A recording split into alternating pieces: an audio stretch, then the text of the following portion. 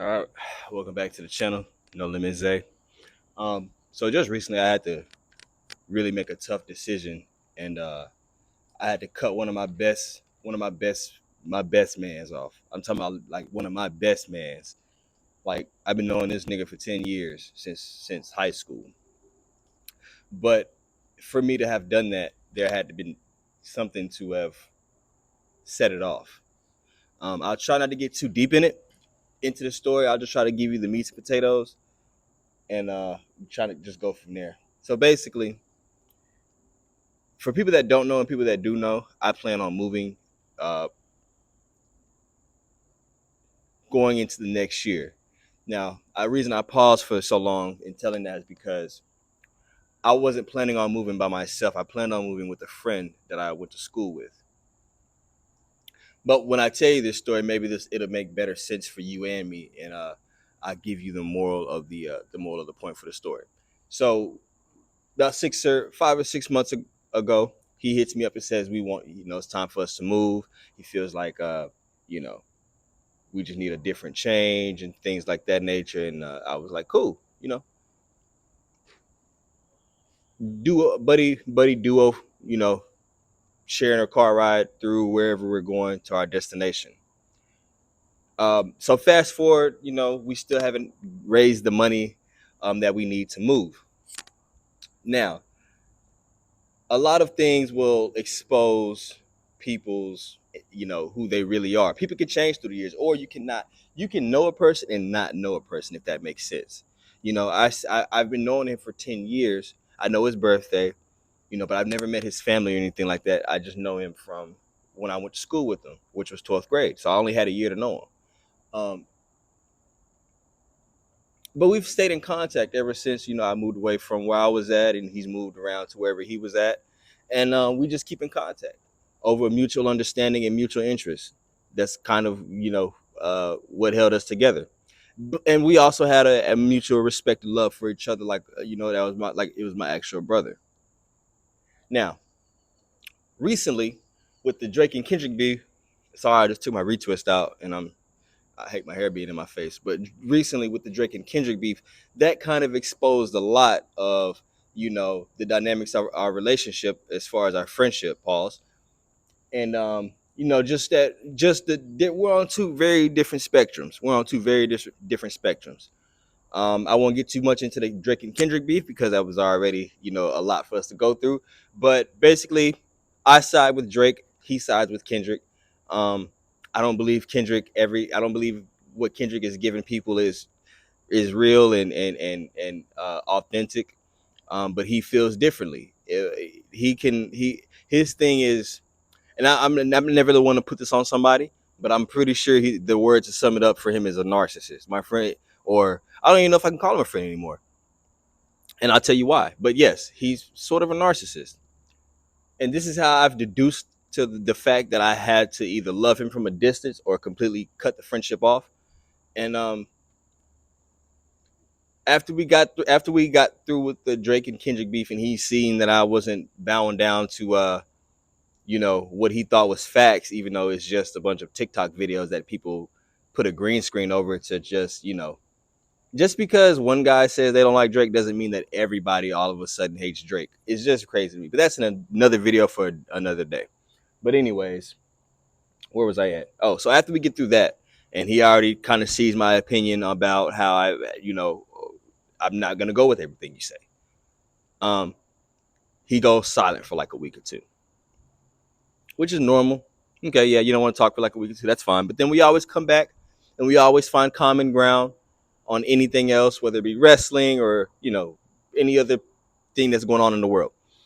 Um, then, and I'm just gonna keep it all the way real. Listen, I have nothing against anybody, and if anybody that watches my videos or my channel, whoever watches this video, I have nothing against people that want to pursue getting an abortion, but it's to an extent with me. Now, if you are unable to have a child, or you've been, I don't want to say, the real word. If you've been R-worded, then I understand that you don't want to live with that.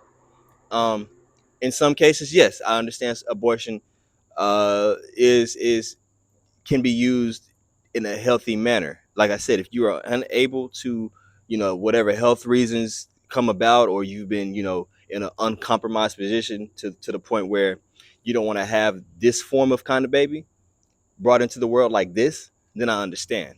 But also keep in mind, do it within a certain time frame. Don't wait 6 or 7 months and keep putting it off. Go ahead and if you like I said, if you have health issues or you have been in an uncompromised position and you don't want to have that baby, have it before it gets to a point of growing, please. Now, with me saying that, that's kind of my disclaimer, for what I'm about to say. But he is somebody that agrees with abortion, which is fine. I'm a person, I don't I respect everybody's opinion because it's their opinions, their way of thinking. Um, what I don't agree with is how you lack the self awareness of, hey,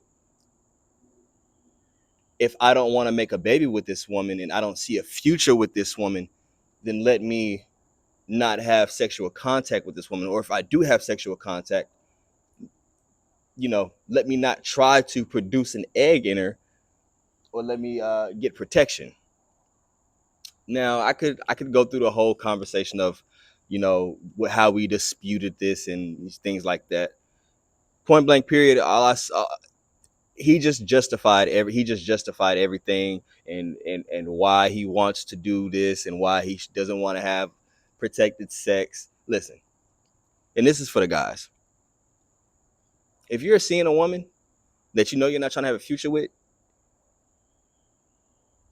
I mean, I don't even know how to word this, but if you're a guy and you're with a girl and she says she doesn't want to use condoms, that's cool, but just understand there are consequences to it. Like, you get one from me. I'm sorry, you get one with that abortion with me. The second time, you should know by now.